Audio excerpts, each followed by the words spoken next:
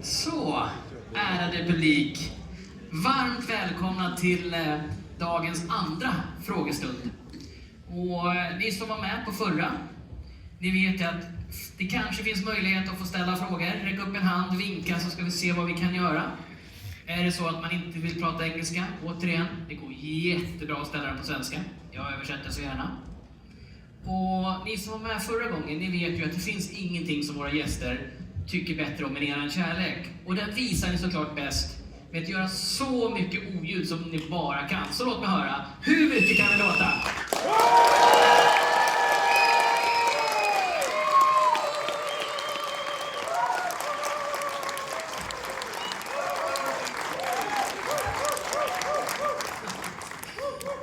Alltså det var som jag sa förra gången, jag brukar alltid be er göra en gång till, men alltså ni toppar ju det här. Så med det öronbedövande jublet vill jag säga att vår nästa gäst är född i The Big Apple, det vill säga New York. Och han har varit verksam på vita duken i över 40 år. Och vi har sett honom som bland annat Frank Black i Millennium och Wayland och Bishop i Aliens-filmerna. Så ladies and gentlemen, please give a warm welcome to Lance James Henriksen!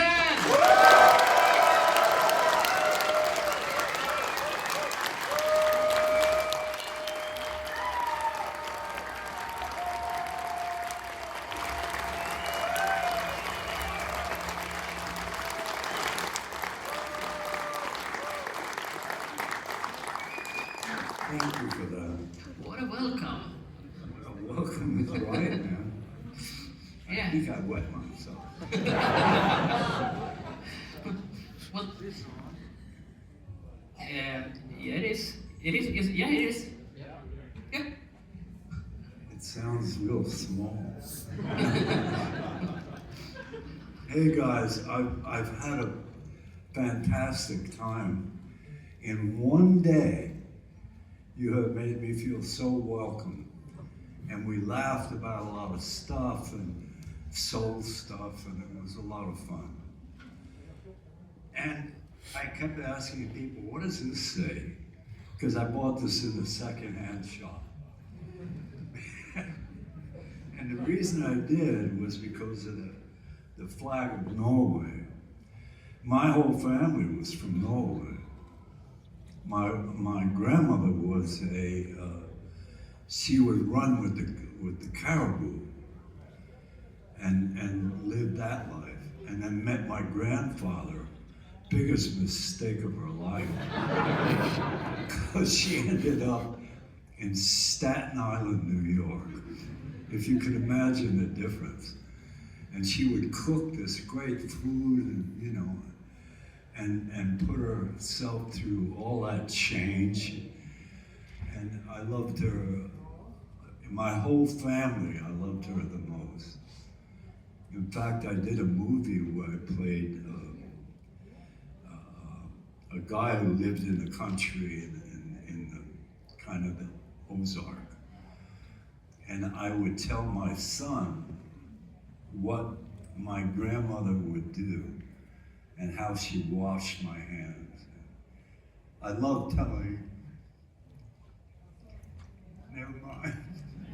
Thank you for sharing. Thank you.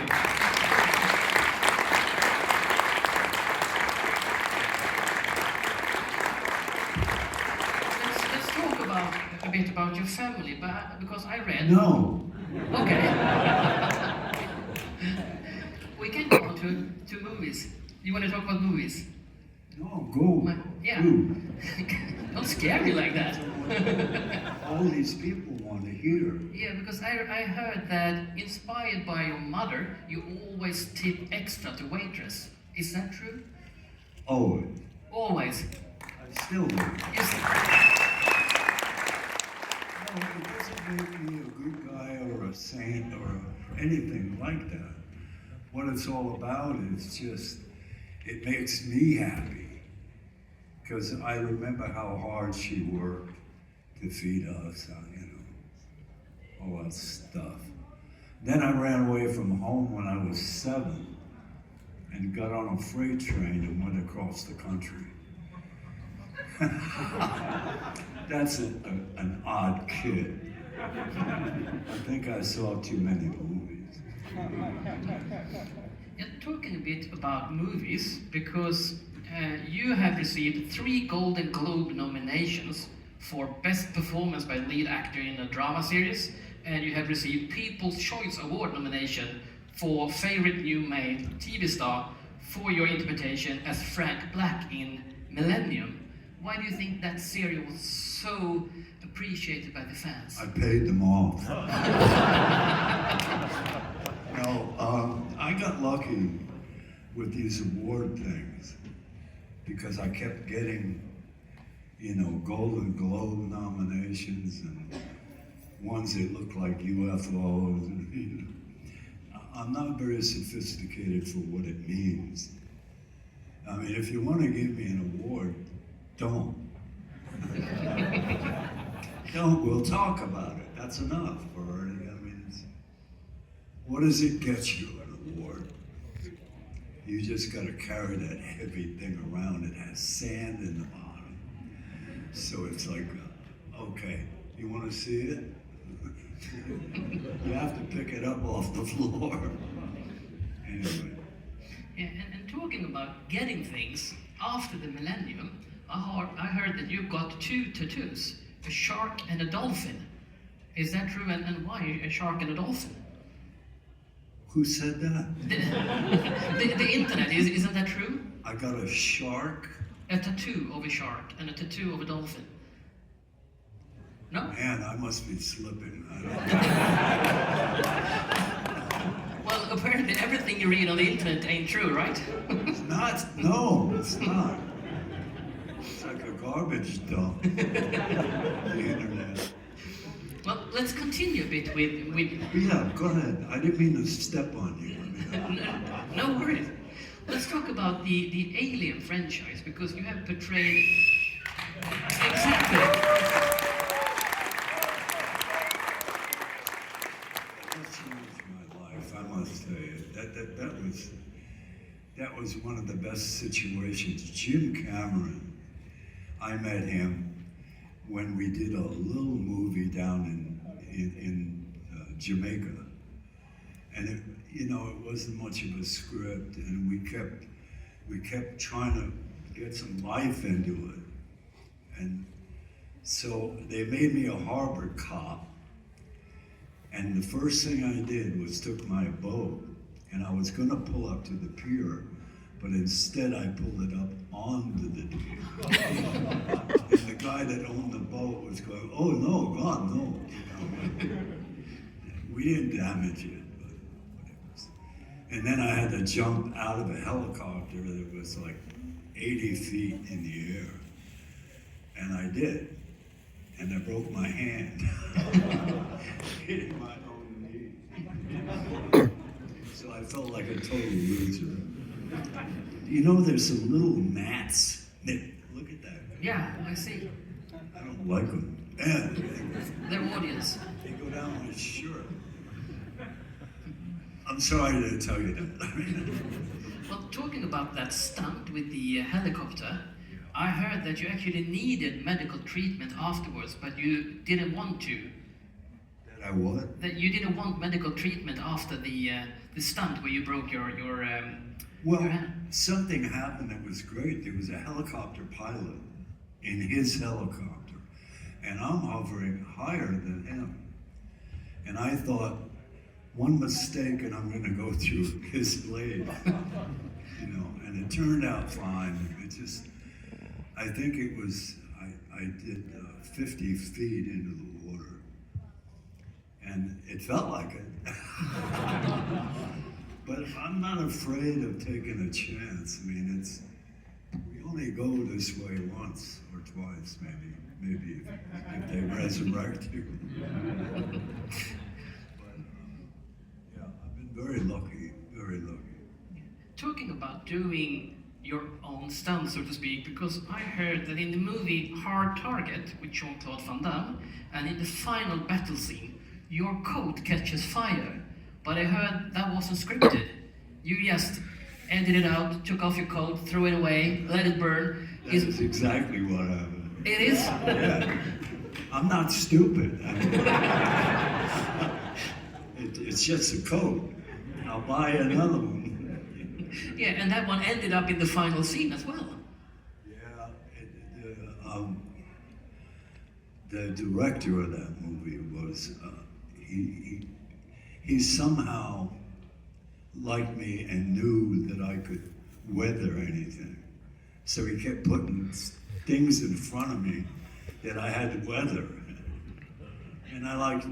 And I did them. Why bore everybody? I mean, if I'm not able to do that, that would be the most boring actor in the world. Like, Martha, we gotta have this out, this argument. You know what I mean? And who's gonna wanna listen to that? We have it at home, that's enough. You know. Yeah, and talking a bit about things that are about to happen, because prior to this interview, I checked on your resume and I saw that you have 2 movies that are in production right now. Awaken the Reaper and One. Can you tell us anything about these 2? No. I'm sorry to be that boring, but I've been very busy and I don't get all the information. In fact, I don't even have a cell phone that I can operate. I mean, so what's going to happen? Mr. Isolation. And talking about you and your life, a week from now, you're turning 85. Are you thinking of celebrating big? No? No. I'm going to dump off all birthdays, man. I don't want them. I just don't want them. I don't feel any different from 85 to when I was 60. Nothing's changed. So they don't need it, God. They don't need it. Well, talking about things in your career, the Terminator franchise was, of course, a big success. And I heard that director James Cameron had you dressed up as the Terminator with golden teeth and fake cuts when pitching the film. Is that true? Yeah, it's true. But then they got a better deal with a studio if they used Schwarzenegger. And from then on, I hated him. But the Terminator would have been different. He would have been more sneaky and Machiavellian and wouldn't even know that he had so much strength. All of that kind of stuff. I had built up this whole character. And Cameron said to me, Lance, we get a better deal with the studio. And I said, why don't you go fuck yourself?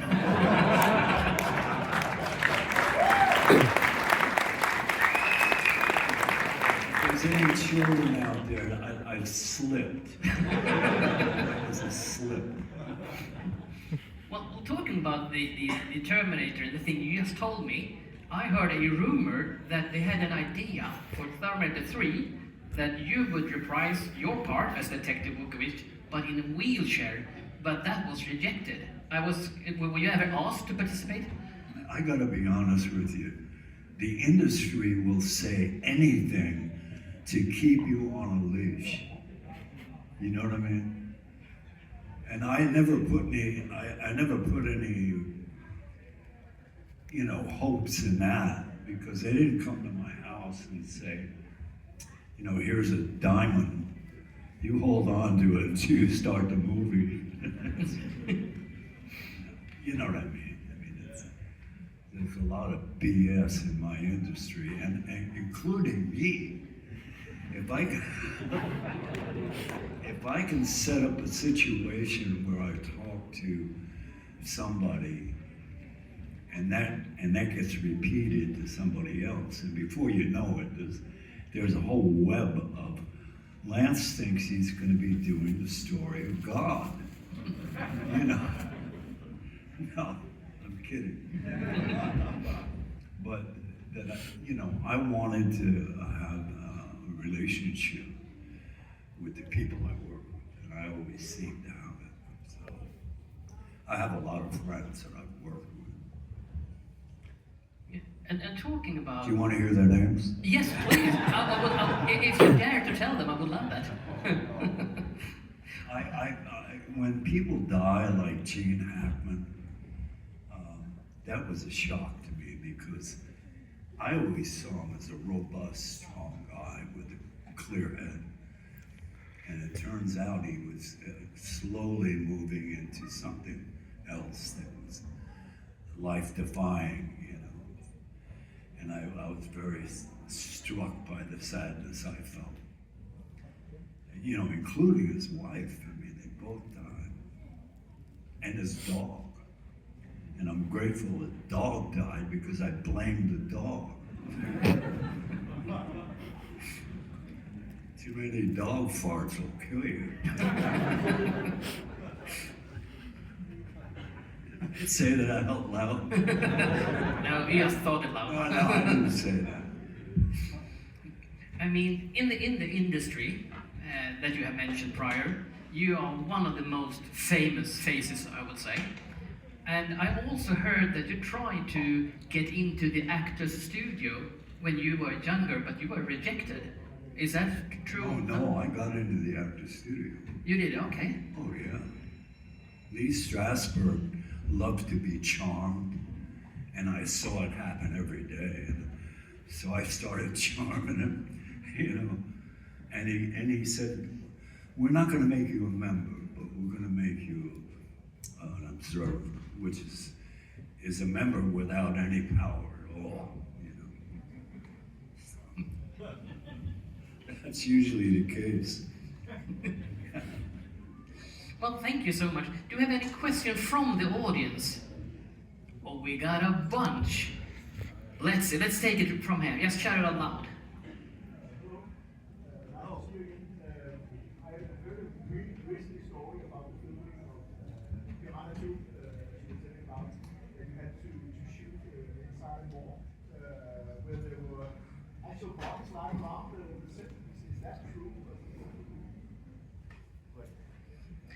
From what I just heard, I had tattoos, and other people got them and died, and they were laying everywhere. Wait a minute, we can't do this. This won't work. We get too excited and not making any sense. What did you say? Try again. I was asking about the filming of Terminator. I heard that you shot a scene inside the mall with real bodies lying around. Is that true story? That you were shooting, when you filmed Piranha 2, you were shooting inside a morgue and there were bodies lying around. Is that true? That's true. That was down in Jamaica. Yeah, they opened up one of the, the big long thing where they had the bodies. And there was one in there. And no, I'm taking off today. It struck me bad, because they were, we're meant to make puppets rather than, attack a place that has bodies. It's disrespectful to begin with. Anyway, and it's not exciting. I don't know if you've never seen a dead person. I have. Usually they come into a theater and they talk a lot, and then somebody kills them. Yeah, talking about killing people, Hollywood seems like they like to kill you because... Never killed anybody, let's get that straight. But on film, you've been killed in multiple ways. Oh yeah, sure. So I'm curious, which one of all the on-screen death is your favorite? Can you believe this question? What? I've killed a lot of people in movies. but all of them are friends. You want to die tomorrow? It doesn't go that bad. I'm from New York, and I saw shit in the New York streets that you wouldn't believe me tell you now. I mean, back in, like, there's a lot of talking. Can I have my hand grenade?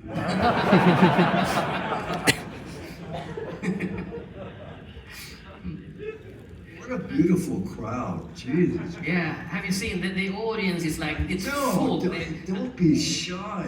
Let's talk. It's all good. I have a question. Yeah, shoot. What of the aliens film did you like most? Which one of all the Alien films do you like most? The first one. Yeah, and then the second and third, they were different, and they had qualities that were different. But doesn't matter what I think. It matters the producers, and the director, and the writer that has been working his tail off to get a good script. So I just go, I'm willing. Let's go. I'm willing. Let's see what the adventure is. Yeah. It's all about an adventure. For actors, rehearsals and all of that are about the excitement of meeting these new people and them meeting you. And you create as you go along. And they go, I didn't know you had that in you. Yes, I did. You dumb shit. Yeah, I would love to go on forever, Lance, but our time is up. They have a right. This is basically America still. Even though they're trying to take our cigarettes away.